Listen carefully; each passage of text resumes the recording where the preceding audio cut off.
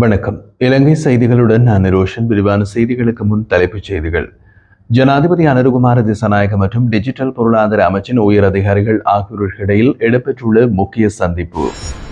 2025ஆம் ஆண்டுக்கான முதல் காலாண்டில் 18.47 பில்லியன் ரூபாய் நஷ்டத்தை இலங்கை மின்சார சபை பதிவு செய்துள்ளதாக வெளியாகியுள்ள தகவல்.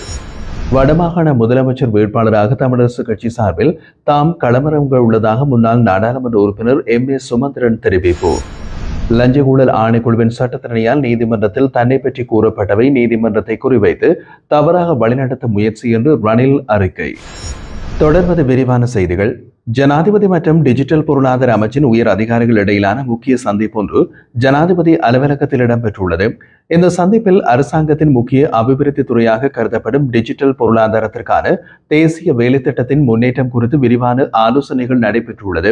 பொதுமக்களுக்கு நேரடியாக நன்மை தரக்கூடிய டிஜிட்டல் உட்கட்டமைப்புகளை விரைவாக அமல்படுத்துவதற்கான திட்டங்கள் தொடர்பாக விவாதிக்கப்பட்டதோடு டிஜிட்டல் அடையாள அட்டை, அரசு கொடுப்பனவு அமைப்பு, டிஜிட்டல் தொலைக்காட்சி திட்டம் மற்றும் டிஜிட்டல் பொருளாதார இலக்குகள் குறித்தும் கூடுதலாக கவனம் செலுத்தப்பட்டது.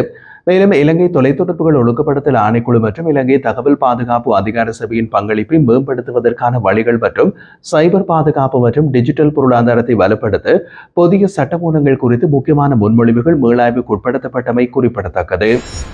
இலங்கை மின்சார சபை 2025 மார்ச் 31 வரையாக முடிவடைந்த முதலாவது காலாண்டில் 18.47 பில்லியன் ரூபாய் நஷ்டத்தை சந்தித்துள்ளதாக அதன் சமீபத்திய நிதி அறிக்கைகள் தெரிவிக்கின்றன.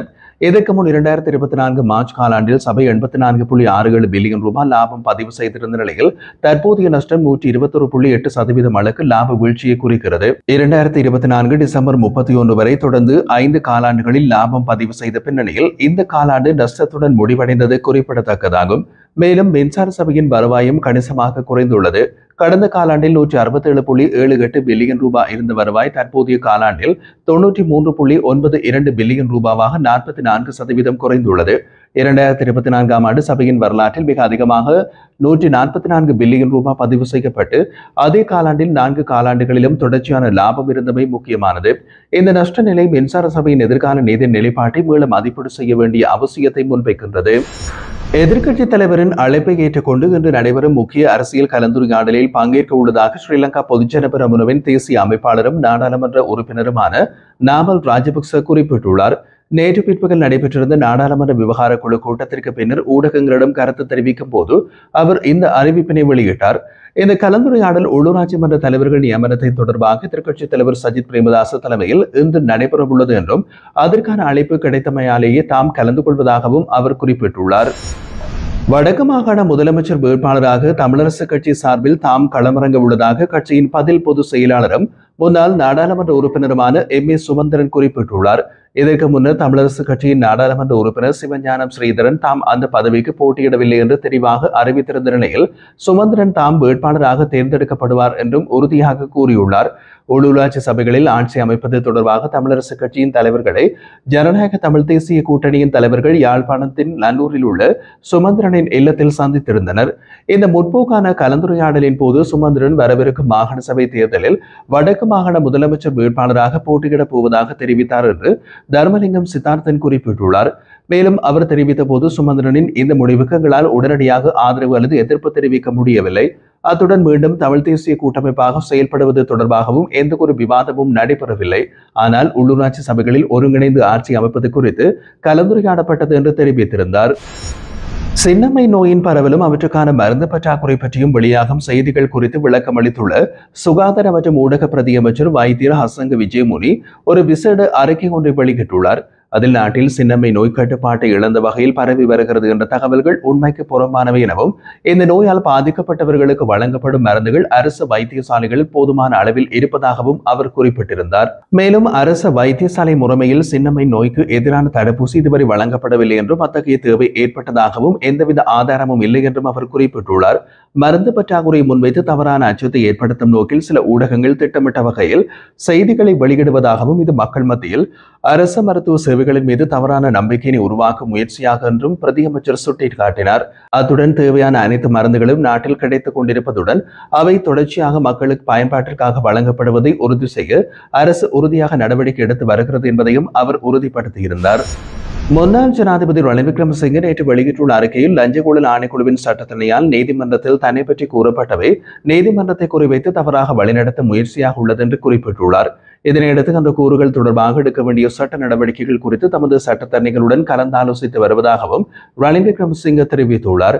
அத்துடன் நாடாளுமன்ற உறுப்பினர் சாமர சம்பத் திசாநாயக்கவின் பிணை ரத்து செய்யும் கோரிக்கை நீதிமன்றத்தால் நிராகரிக்கப்பட்டதாகவோ குற்றம் சாட்டப்பட்டவர்களின் சட்டத்தரணி இந்த தரப்பின் சமர்ப்பிப்புக்கு எதிர்ப்பு தெரிவித்ததாகவோ எந்த தகவலும் அந்த சமர்ப்பிப்புகளில் இல்லை என்றும் ரணில் குறிப்பிட்டார்.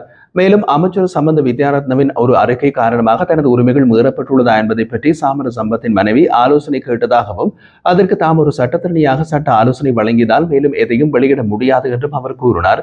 மத்திய அரசின் நிதியமைச்சின் கீழ் செயல்படும் ஒரு அதிகார சபையில் வைப்பாக இருப்பதை அரசியல் அமைப்புக்கு முரணாகும் செயற்பாடாகவே பார்க்க வேண்டும் என்றும் அந்த நிதியை திரும்ப பெற முடியாது என்றும் ரணில் விக்ரமசிங்கே வலியுறுத்தினார். இவ்வாறே நீதிமன்றத்தில் தன்னை பற்றிய சமர்ப்பிப்புகள் தவறான தகவல்களால் நீதிமன்றத்தை முறை வழியாக கட்டுப்படுத்த முயற்சி என்றும் லஞ்ச ஊழல் ஆணைக்குழுவின் விசாரணை முறை குறித்து தான் ஏற்கனவே எழுத்து மூலம் கவலை தெரிவித்துள்ளதாகவும் அவர் கூறியிருந்தார்.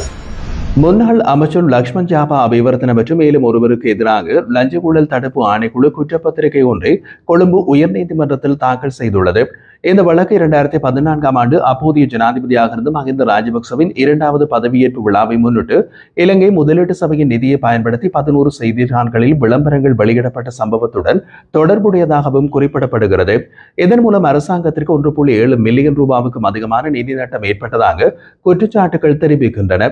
இந்த சம்பவம் தொடர்பாக முன்னாள் முதலீட்டு ஊக்குவிப்பு அமைச்சர் லக்ஷ்மண் ஜாபா அபிவர்த்தன மற்றும் இலங்கை முதலீட்டு சபையின் முன்னாள் பணிப்பாளர் நாயகம் ஜெயந்த எதிர்சிங் ஆகியோருக்கு எதிராக வழக்கு தொடரப்பட்டுள்ளது.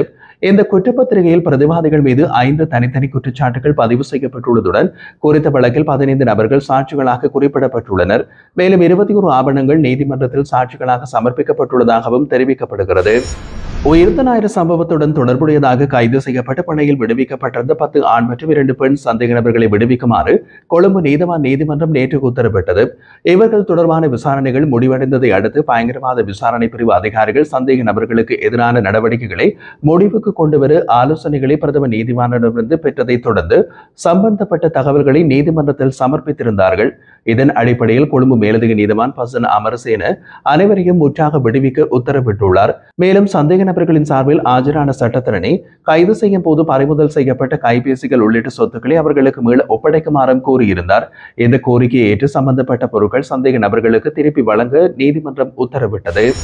முன்னதாகவே தீர்வுகள் வழங்கப்பட்டிருந்த போதிலும் நியாயமற்ற முறையில் வேலை நிறுத்தத்தில் ஈடுபட்டதை எதிர்த்து ரயில் நிலைய பொறுப்பதிகாரிகள் குறித்து போக்குவரத்து அமைச்சு கண்டனம் வெளியிட்டுள்ளது. 5 வருடங்களுக்கு ஒருமுறை வழங்கப்படும் பதவி உயர்வில் ஏற்பட்ட தாமதம் மற்றும் புதிய ஆட்சேர்ப்பு செயல்முறை நடைமுறைக்கு வராதது உள்ளிட்ட கோரிக்கைகளை முன்வைத்து ரயில் நிலைய பொறுப்பதிகாரிகள் நேற்று நள்ளிரவு தொடக்கம் ஒரு நாள் அடைகால வேலை நிறுத்தம் மேற்கொண்டிருந்தனர். இதனைத் தொடர்ந்து வெளியிட்ட அமைச்சின் அறிக்கையில் இந்த கோரிக்கைகளுக்கான தீர்வுகள் ஏற்கனவே அமைச்சு மட்டத்தில் வழங்கப்பட்டிருந்தாலும் அவை நடைமுறைக்கு வராததற்கு திணைக்களத்தில் ஏற்பட்ட செயல்திறன் குறைவுகளே காரணம் என்றும் குறிப்பிடப்பட்டுள்ளது. இவ்வாறு மக்களுக்கு சிரமம் ஏற்படுத்தும் வகையில் முன்னறிவிப்பு இல்லாமல் வேலை நிறுத்தம் மேற்கொள்வது அரசாங்கத்தையும் பொதுமக்களையும் சிரமப்படுத்தும் முயற்சியாக இருப்பதாக அமைச்சு கண்டனம் தெரிவிக்கின்றது. இதேவேளை ரயில்வே சேவை வழமைக்கு திரும்பும் வகையில் அனைத்து தேவையான நடவடிக்கைகளையும் அரசும் அமைச்சும் எடுக்கும் என்றும் தெரிவிக்கப்பட்டுள்ளது.